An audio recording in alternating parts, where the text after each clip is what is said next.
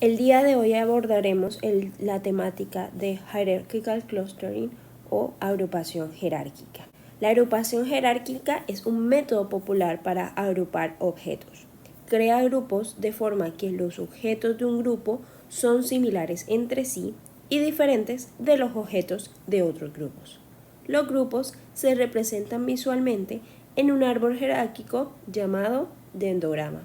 A continuación, están viendo en pantalla un dendrograma o árbol jerárquico. Como pueden observar en la parte inferior, se nombran diferentes ciudades de Estados Unidos. Estas ciudades de Estados Unidos comparten entre sí características. Por ejemplo, las del grupo azul tienen características similares que hacen que se agrupen, a diferencia de las características del grupo verde. Las del grupo verde, los elementos o las ciudades que están contenidas en el grupo verde tienen características entre sí que las hacen similares y distintas del grupo azul, así como del grupo naranja, también como del grupo rojo. ¿Qué aplicaciones existen de las agrupaciones jerárquicas? Están en la bioinformática para agrupar animales según sus características biológicas para reconstruir árboles filogenéticos. Esto también se puede hacer tanto para plantas como para bacterias. Por ejemplo, el ser humano y los monos o los chimpancés tenemos características similares que nos hacen estar agrupados en ciertos grupos. Sin embargo, no compartimos características con otros mamíferos, por ejemplo, con las vacas o con los perros.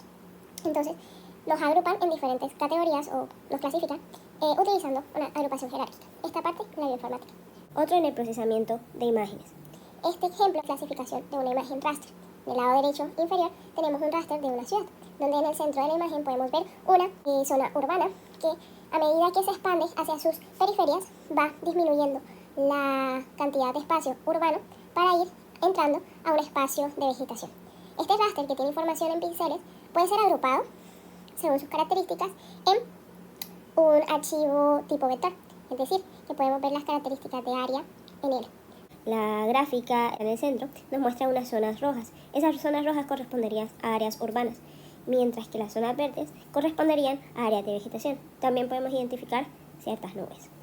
¿Cuáles son los dos tipos principales de agrupación jerárquica? Está el aglomerativo. El aglomerativo inicia donde cada objeto se considera su propio clúster y a continuación, según un procedimiento determinado, los clústeres se fusionan paso a paso hasta quedar un único clúster. Es decir, los elementos son considerados como elementos particulares y de lo particular se van agrupando en pequeños grupos hasta llegar a un grupo general. En cambio, el divisivo es un método opuesto al anterior, porque los objetos se consideran principalmente en un inicio en un único clúster y luego, a continuación, en un proceso de división se realiza paso a paso hasta que cada objeto forma un clúster diferente, es decir, parte de lo general y llega a lo particular. Entre el clúster aglomerativo y el divisivo, el clúster aglomerativo es generalmente el método preferido.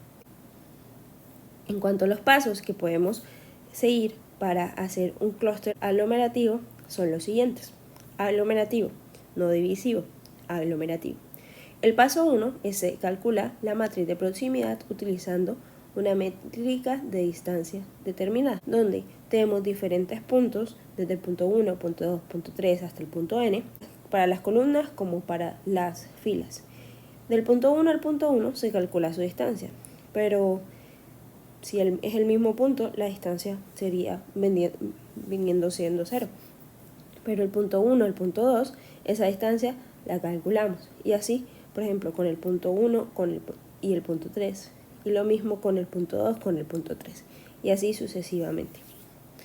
Esa matriz de proximidad se ve de esta manera. En cada una de las casillas se colocaría las distancias. Pero entonces, el primer paso del algoritmo consiste en esta creación de la matriz. Pero los valores, ¿qué pasa con los valores? Los valores de la matriz se calculan aplicando una función de distancia entre cada par de objetos. Para esta operación se suele utilizar la función de distancia euclidea. Pero también existen otros, como la distancia Manhattan y la máxima distancia. ¿Cuáles son esos? ¿O cómo se mide? La distancia euclidea es como calcular la Pitágoras. Entonces, por ejemplo, si en el punto donde está Max a donde está Caro, horizontalmente tienen una distancia t4, pero verticalmente tienen una distancia 1, se hace la suma de los cuadrados, luego se aplica raíz. Pero en cuanto a la de Manhattan, no es así. La de Manhattan simplemente suman las posiciones. Y la de la máxima distancia simplemente escoge el número de valor absoluto con mayor valor. En este caso sería 4. Listo con el primer paso, pasamos al segundo, donde cada punto de los datos se le asigna un conglomerado. El tercer paso es funcionar los clústeres basados en una métrica de similitud entre clústeres.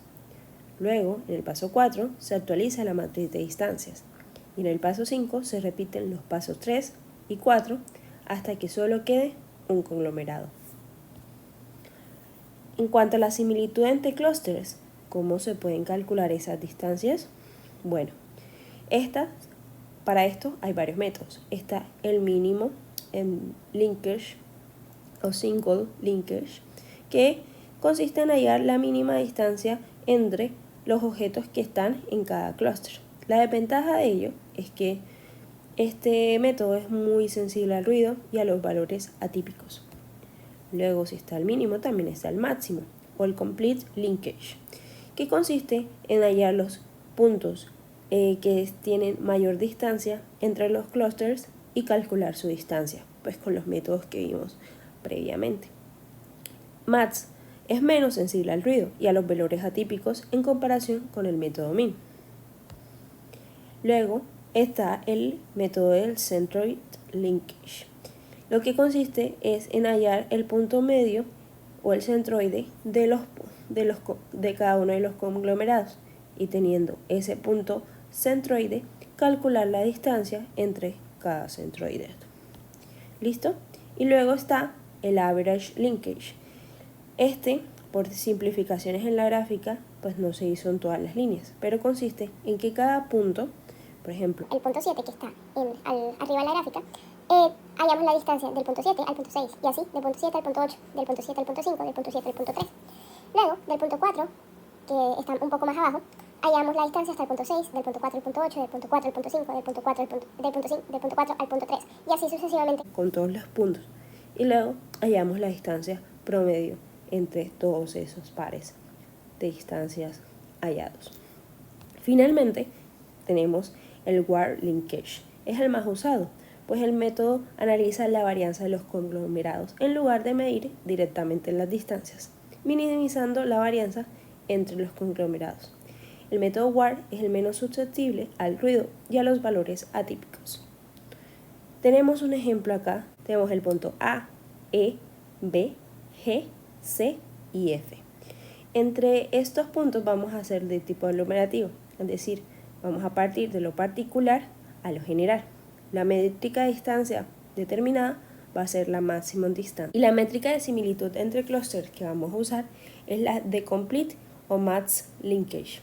Entonces, hallamos la distancia máxima entre cada punto. Por ejemplo, entre A y B vendría siendo, contamos los espacios horizontales, 1, 2, 3, 4, 5 y 6, y lo ponemos en la gráfica. Luego A con C. Medimos los espacios verticales porque serían los que tendrían más unidades.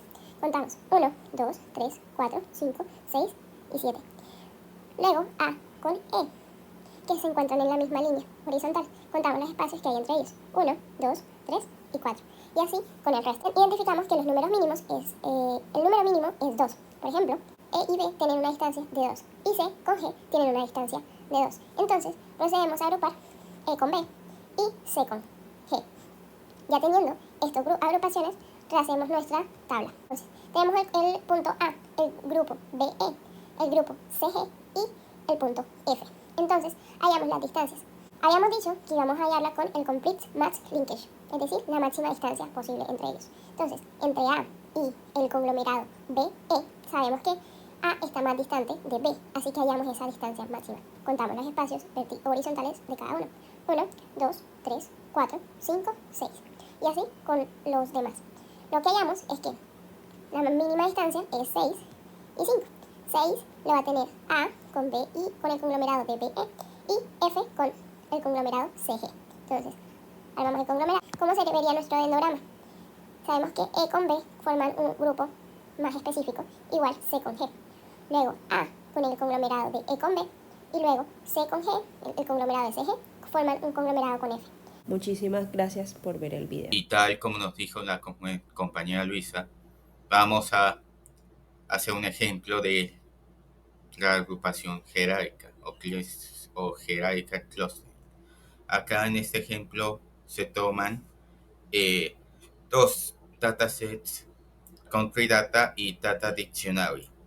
¿Qué son? Country Data es el dataset donde van los países y los respectivos datos. Y en Data Dictionary, que es es un diccionario donde está el nombre y la descripción de la misma. Simple. Acá, ¿qué es lo que hacen ellos? Primero, importan librerías, bandas, Matplotlib, etc. Luego hacen un path con las direcciones del Data Dictionary y el Country Data. Acá, Data Dic Pack y Country Pack. Luego esos paths se leen a través de un data frame, o sea, hacen TF, que es un data frame del Data Dictionary, y TF, que es un data frame del country. A cada data frame se le lee las primeras filas de cada dataset para mirar la descripción de los datos.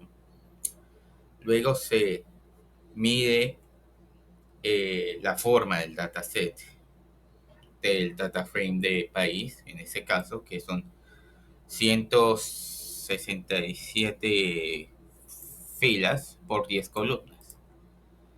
Y luego a cada uno de los data frames se le lee la información básica, que va el número, conteo, la columna, el conteo de si son nulos o no, y el tipo de datos a cada uno.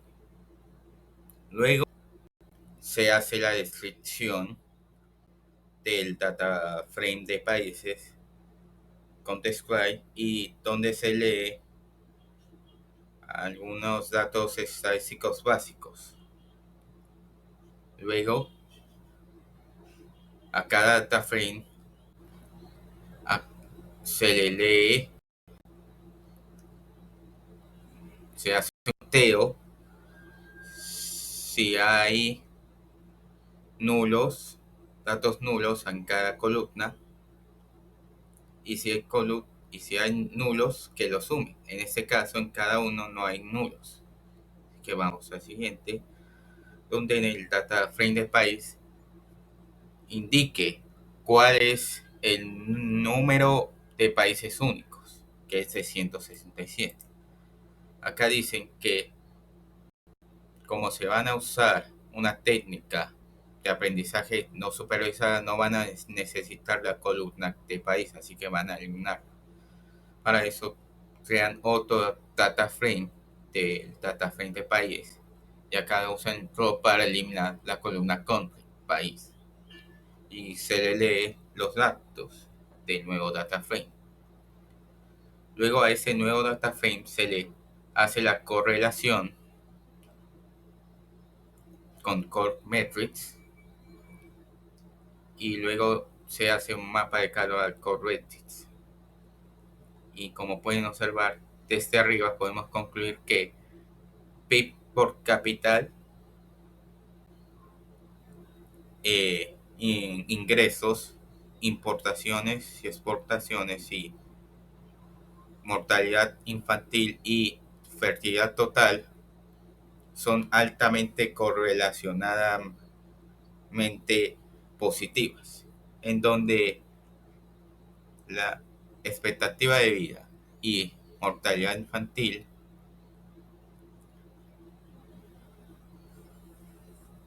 son altamente negativamente correlacionadas. Luego, a ese mismo data frame se hace un logbox, donde acá esos son como los outliners, estos puntitos, y estos azules son los datos de cada data frame, de cada columna.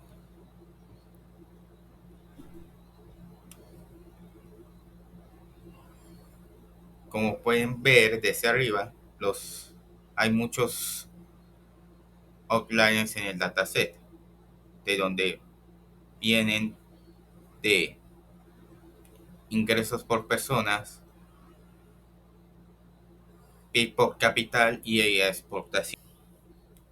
Ahora podrían eliminar esos outliners, pero no van a hacer porque el dataset de ellos es muy pequeño, de 167 filas. Así que vamos al siguiente. Acá están haciendo un page plot del data frame de país, y en donde esos motivos son la correlación entre el Y, que es esto, y el X.